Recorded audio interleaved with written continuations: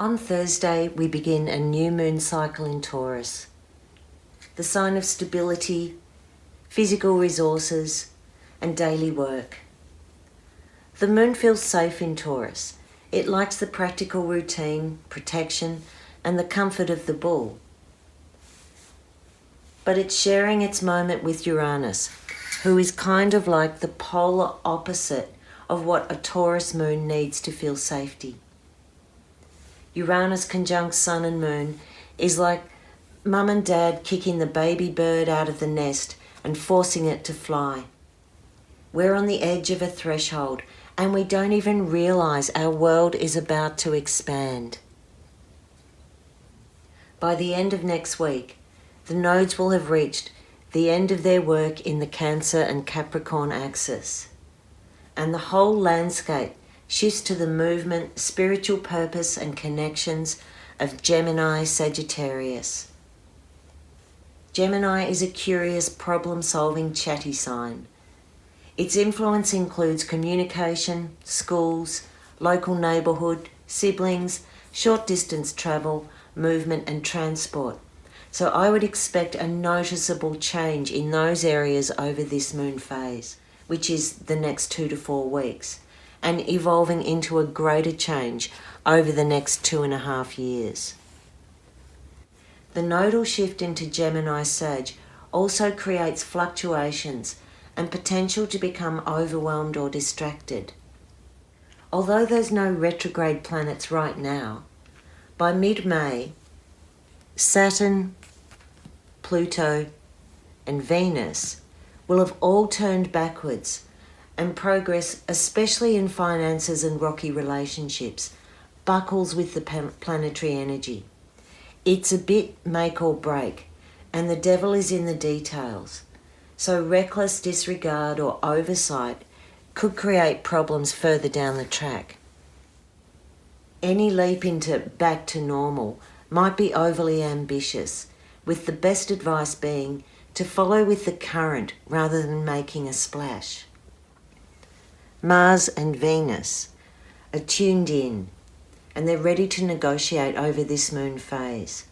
Establish healthy boundaries, and if that doesn't work, do not let your self-worth suffer. Set the groundwork.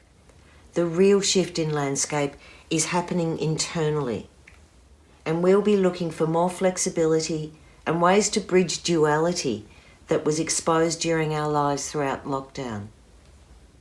And there's other tension and restriction around getting all the pieces of the puzzle into place. The cluster of Taurus, Sun, Moon and Uranus is set square to Saturn in Aquarius. And this presents as a threat, a lack of protection, or a dam wall opening up. Again, there's a theme of things aren't set in stone, and it affects issues of security, our physical body or location, and our ability to do our job without it being done by a robot or an automated system. Taurus the bull needs its strength harnessed and disciplined.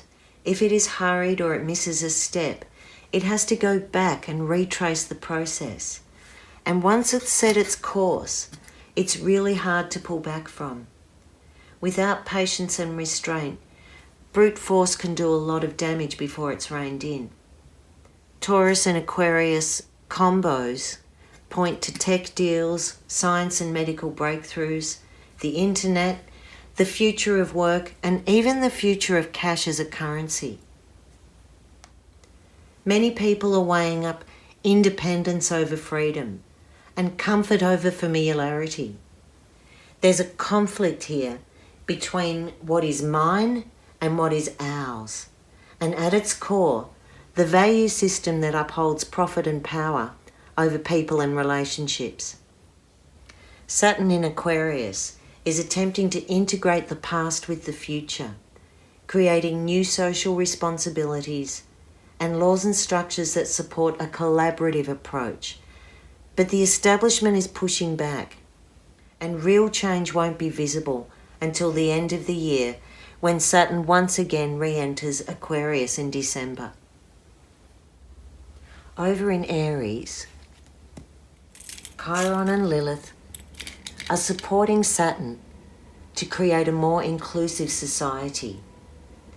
They are intertwined with the huge cultural shift towards integration and the redistribution of power.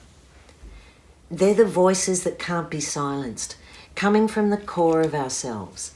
They're the wild part, the slightly untamed part, the prophetic part.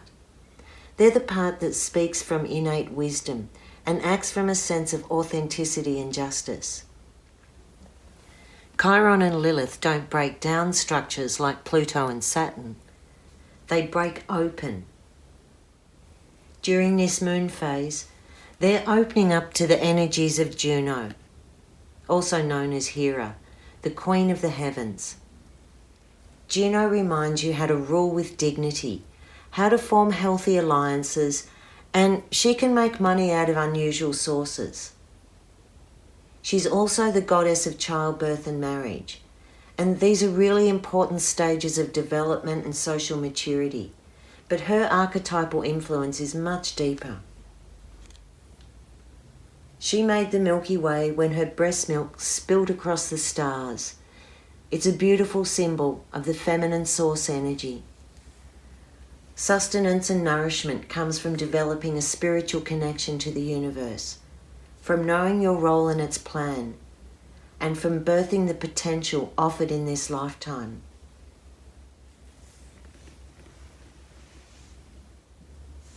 Together with Chiron and Lilith, Juno is seeding a higher perspective, beyond conventional patriarchal views on religion, borders, medicine and politics.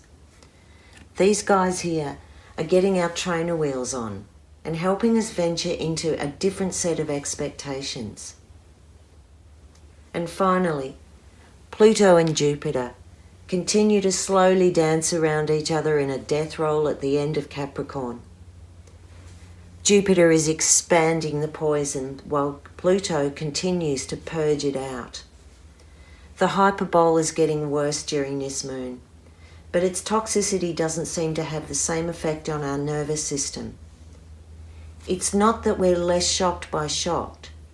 It's just that we're being more practical about it, less reactive, and able to draw a line and cut our losses. It's a new moon with new beginnings, and in some areas the sound of slamming doors behind you. But all comfort can become a prison, and all familiar paths can do with a reality check. So step by step, we're coming out of the darkness and shedding our skins.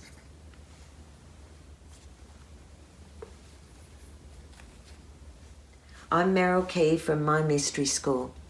You can contact me for a reading, a kinesiology healing, or tarot anywhere in the world. I'm based in Australia and you can find me at my website www.merrylkey.com. Like, follow, share, subscribe.